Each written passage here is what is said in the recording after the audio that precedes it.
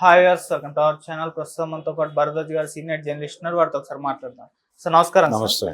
Sir Sajjala Ramakrishna Reddy గారి పైన మరొక ఆరోపణ సార్, అంటే ఆయన ఒక అడవిని కబ్జా చేసేసారు. రిజర్వ్ అడవిని కబ్జా చేసేసి అక్కడ ఒక ఇల్లు కట్టేసుకున్నారు, ఫామ్ హౌస్ కట్టేసుకున్నారు. దాన్ని వాళ్ళ బినామీల పేర్లు మీద మొత్తం కేటాయించేశాడని చెప్పేసి ఆరోపణలు అయితే చేస్తున్నారు సార్. ఇప్పుడు పవన్ కళ్యాణ్ గారు అట్నే ఆయన అటవీ శాఖ మంత్రిగా ఉన్నారు కాబట్టి ఆయన రంగంలోకి దిగి దానిపైన ఎంక్వైరీ చేయమని అధికారులకు అయితే సూచించారు. అంటే ఎంత అడవిని కబ్జా చేస్తారు, ఏమేమి కట్టారు, ఎవరి మీద పేర్లు ఉన్నాయి, ప్రాణులకు ఏమన్నా నష్టం జరిగిందా అని చెప్పేసి మరి ఎటువంటి పరిణామాలు దారితీసే ఛాన్స్ ఉంది? ఏ విధంగా సజ్జల గారి పైన యాక్షన్ తీసుకునే అవకాశం ఉంది సార్? అంటే కడప నుంచి రాయచోటి వెళ్ళే రోడ్లో ఒక 200 ఎకరాల ఉంది వీళ్ళకి. అంటే 200 ఎకరాలు వీళ్ళ స్వాధీనంలో ఉంది. దివాకర్ రెడ్డి సజ్జల వీళ్ళ బ్రదర్, సజ్జల రామకృష్ణారెడ్డి గారి బ్రదరు, ఆయన కొడుకు ఆధ్వర్యంలో నడుస్తోంది కథ అక్కడ. ఇది దివాకర్ రెడ్డి కొడుకు ఆధ్వర్యంలో నడుస్తోంది. అయితే దీనిలో 140 ఎకరాలు మాత్రమే పట్టా భూమి, మిగిలిన దానిలో కొంత ప్రభుత్వ భూమి ఉంది. ప్రభుత్వ భూమి అంటే బంజరు భూమి, దాంతోపాటు అటవీ భూమి ఒక 30 ఎకరాలు కలిసింది. ఇది టోటల్గా 200 ఎకరాల బిట్టుగా వాళ్ళు చేస్తున్నారు. అటవీ భూమిని కలిపి వాడేసుకుంటున్నారు. దానికి ఎవరు అబ్జెక్ట్ చేయట్లేదు. అబ్జెక్ట్ చేస్తే వెనక్కి వస్తారు. అబ్జెక్ట్ చేయట్లేదు కాబట్టి కథ నడుస్తోంది. ఎందుకు అబ్జెక్ట్ చేయట్లేదు అంటే ఆ రోజుల్లో వాళ్ళు ప్రభుత్వం కాబట్టి దాన్ని అక్కడ వరకు ఎక్స్టెన్షన్ వెళ్ళి చేశారు. ఒకసారి అంటే ఈ ఇన్సిడెంట్ చూస్తే నాకు ఒక పాత కథ గుర్తొస్తోంది. వైఎస్ రాజశేఖర రెడ్డి గారు ముఖ్యమంత్రిగా ఉన్న రోజుల్లో ఇక్కడ జూబ్లీ హిల్స్లో కిరణ్ కుమార్ రెడ్డి గారు ఇంటి పక్కన ఉన్నటువంటి ఒక స్థలం ప్రభుత్వ భూమి. అది అంటే అది పార్కుకో దేనికో గవర్నమెంట్ కొన్ని భూములు అలా వదులుతుంది. ఆ వదిలిన భూమి వీళ్ళ ఇంట్లో కలిసిపోయింది, కిరణ్ కుమార్ రెడ్డి గారి ఇంట్లోనే కలిసినప్పుడు అది అసెంబ్లీలో తెలుగుదేశం పార్టీ వాళ్ళు ఆ విషయాన్ని రైజ్ చేసినప్పుడు చాలా కూల్గా రాజశేఖర రెడ్డి గారు ఒక మాట చెప్పాడు. ప్రభుత్వ భూమిని, దానిలో నిర్మాణం ఏం చేయలేదు కదా ఆయన, ప్రభుత్వ భూమిని పరిరక్షించడానికి దాని చుట్టూ కూడా ప్రహరీ కట్టాడు అంతే. దానికి ఇంత రాద్ధాంతం చేస్తారేంటి మీరు? కాదంటే తీసేస్తారు, దానికి ఎందుకు టెన్షన్ పడుతున్నారు మీరు అని చెప్పాడు ఆయన చాలా కూల్గా. నిజానికి అది ఆక్రమణే, కాకపోతే మీరు అడుగుతున్నారు కాబట్టి మేము ప్రహరీ కూడా తీసేస్తాం అంతే కదా అన్నాడు ఆయన చాలా పద్ధతిగా. ఆ తర్వాత అది ఆ ప్రహరీ తీసేసి ఈయన కట్టేసుకున్నాడు, క్లోజ్ అయిపోయింది. అది ఇలాంటి పరిస్థితి. అంటే అధికారంలో ఉన్నాం కాబట్టి అధికారులు మన దగ్గరకు వచ్చి మాట్లాడలేని పరిస్థితి ఉంటుంది కాబట్టి, ఒకవేళ మాట్లాడినా మనం వాళ్ళని కంట్రోల్ చేయవచ్చును కాబట్టి డెఫినెట్గా కొంచెం అటు ఎక్స్టెండ్ చేసి వేయండి. వీళ్ళు పంటలు వేశారు అక్కడ, ఫామ్ హౌస్ కాదు, నిర్మాణాలన్నీ వీళ్ళ పట్టా భూముల్లోనే ఉన్నాయి. పంటలు మాత్రం వేశారట. ఆ పంటల తాలూకా ఫలసాయం వాళ్ళు అనుభవిస్తున్నారు. ఇప్పుడు కాదు అంటే కనుక అక్కడ వరకు కట్ చేసి మాకేం సంబంధం లేదు, మేము అటవీ పరిరక్షణ చేసాం, మేమేమి అటవీ భూముల్ని దుర్వినియోగపరచలేదు, సాగు మాత్రమే చేశాం కాబట్టి కట్ చేసేస్తాం. ఆ 30 ఎకరాలు 40 ఎకరాలు ఉందో బిట్టు వదిలేస్తాం.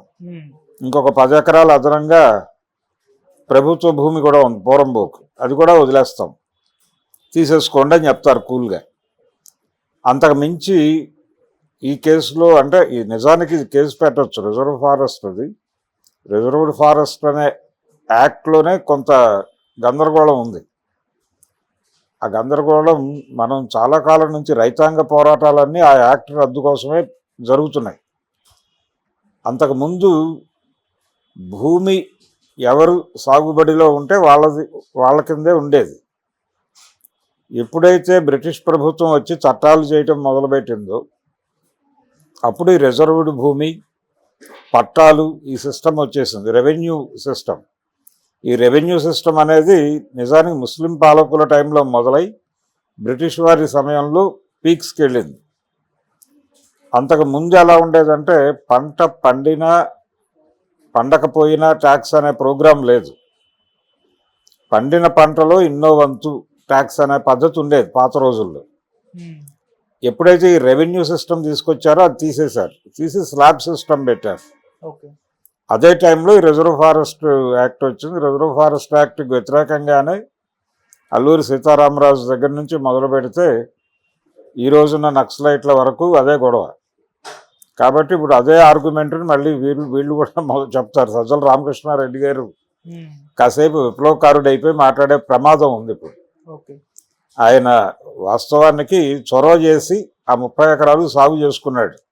ఆ 30 ఇంకో 10 ఇది ప్రభుత్వ భూమి, ఇదంతా కలిపేసుకుని సాగు చేసుకుని ఆ ఫలసాయం అనుభవించాడు. దీని మీద సీరియస్గా కేసు పెట్టే ఛాన్సెస్ ఉన్నాయి. కేసు పెడతారు, పెట్టిన తర్వాత వీళ్ళు తప్పించుకోవడానికి ప్రయత్నాలు చేస్తారు. అది వీళ్ళ పేరుతో సజ్జల రామకృష్ణారెడ్డి ఇమ్మీడియట్గా ఈ కేసులో అరెస్ట్ అయిపోతాడు అన్నట్టు ప్రచారం జరుగుతుంది, కానీ అది ఉండదు. మ్యాక్సిమం పెడితే దివాకర్ రెడ్డి కొడుకు పెడతాడు, వాళ్ళ బ్రదర్ కొడుకున్నాడు, అతను పెడతాడు. అతను లోపలికి వెళ్తాడు, బెయిల్ మీద బయటకు తీసుకొచ్చేస్తారు, అయిపోతుంది.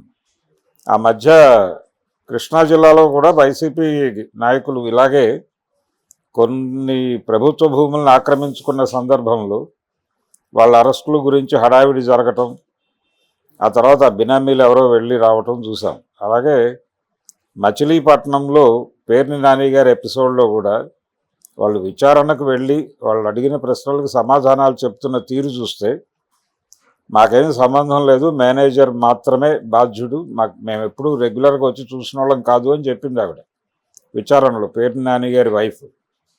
ఇలా ఎవరో ఒకళ్ళని సెట్ చేసి ఆ కేసులో వాళ్ళని పంపించేస్తారు తప్ప వీళ్ళు సజ్జల రామకృష్ణారెడ్డి కటకటాలు వెనక్కి వెళ్ళేటువంటి పరిస్థితి అయితే మ్యాక్సిమం ఉండదు. దీనికంటే అధికార దుర్వినియోగానికి పాల్పడినటువంటి ఇతరేతర గొడవలు ఉన్నాయి, వాటికి సంబంధించిన కేసులు ప్రాపర్గా ఎగ్జిక్యూట్ చేయగలిగితే అరెస్ట్ అవుతారు. అయితే చంద్రబాబు నాయుడు గారి విధానం ఎలా ఉందంటే ఆయన బెదిరించి పక్కకి నెట్టేసే పరిస్థితులు ఆలోచనల్లో ఉన్నాడు తప్ప సీరియస్గా జైల్లో వేసి వేధించాలి అనే ప్రోగ్రాం ఆయన బుర్రలో ఉన్నట్టుగా కనిపించడం లేదు.